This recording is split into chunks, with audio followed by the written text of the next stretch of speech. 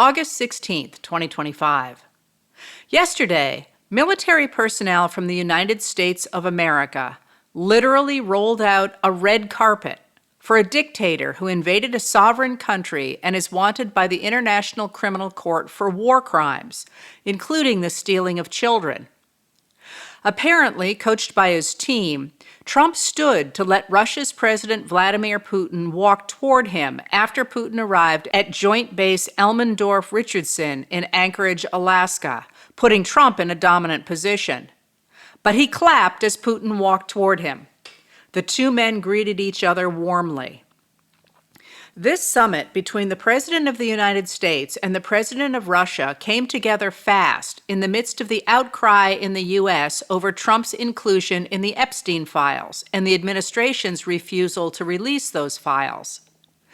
U.S. Envoy Steve Witkoff had been visiting Moscow for months to talk about a ceasefire between Russia and Ukraine when he heard through a back channel that Putin might be willing to talk to Trump in person to offer a deal.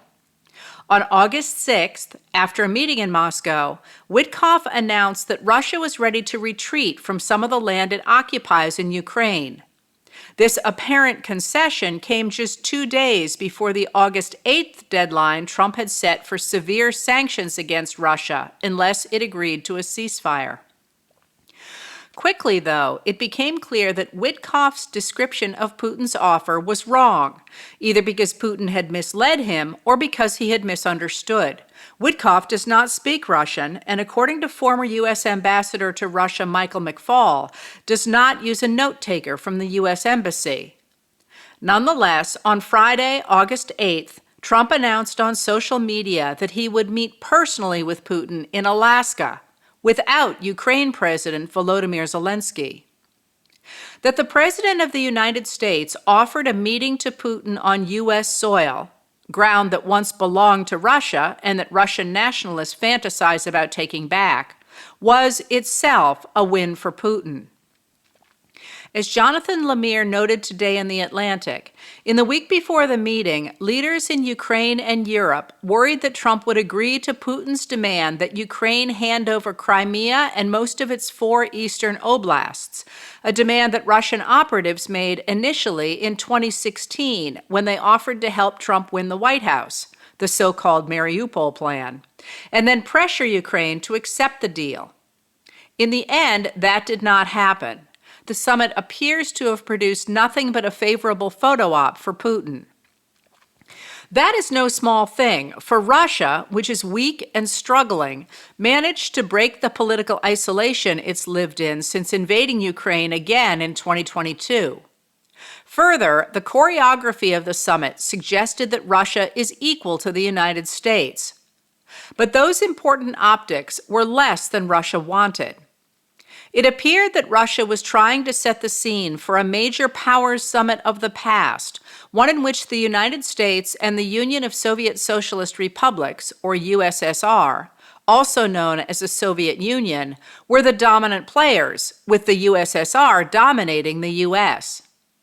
Russian Foreign Minister Sergei Lavrov showed up to Russia in a sweatshirt with the Russian initials for USSR, a sign that Russia intends to absorb Ukraine as well as other former Soviet republics and recreate itself as a dominant world power. As Lemire notes, Putin indicated he was interested in broadening the conversation to reach beyond Ukraine into economic relations between the two countries, including a discussion of the Arctic, and a nuclear arms agreement. The U.S. seemed to be following suit. It sent a high-ranking delegation that included Secretary of State Marco Rubio, Treasury Secretary Scott Bessent, Commerce Secretary Howard Lutnick, Special Envoy Witkoff, Press Secretary Caroline Leavitt, Central Intelligence Agency Director John Ratcliffe, White House Chief of Staff Susie Wiles, Deputy White House Chief of Staff Dan Scavino, and Defense Secretary Pete Hegseth. Exactly what the White House expected from the summit was unclear. Trump warned that if Putin didn't agree to a ceasefire, there would be very severe consequences. But the White House also had seemed to be walking back any expectations of a deal at the summit, downgrading the meeting to a listening exercise.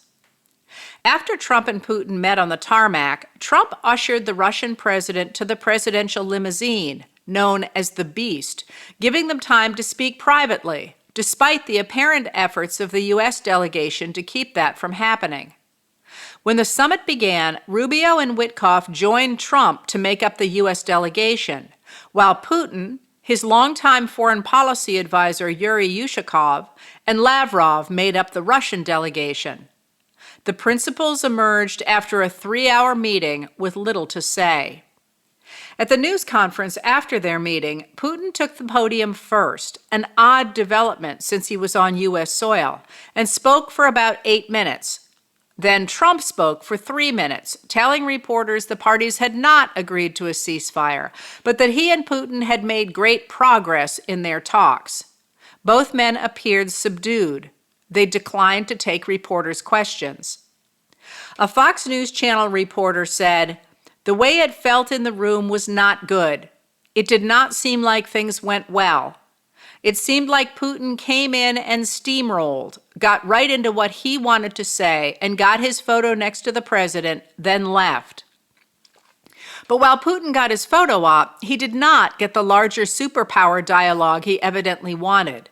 Neither did he get the open support of the United States to end the war on his terms, something he needs as his war against Ukraine drags on. The 2.5-hour working lunch that was scheduled did not take place. Both men left Alaska within an hour.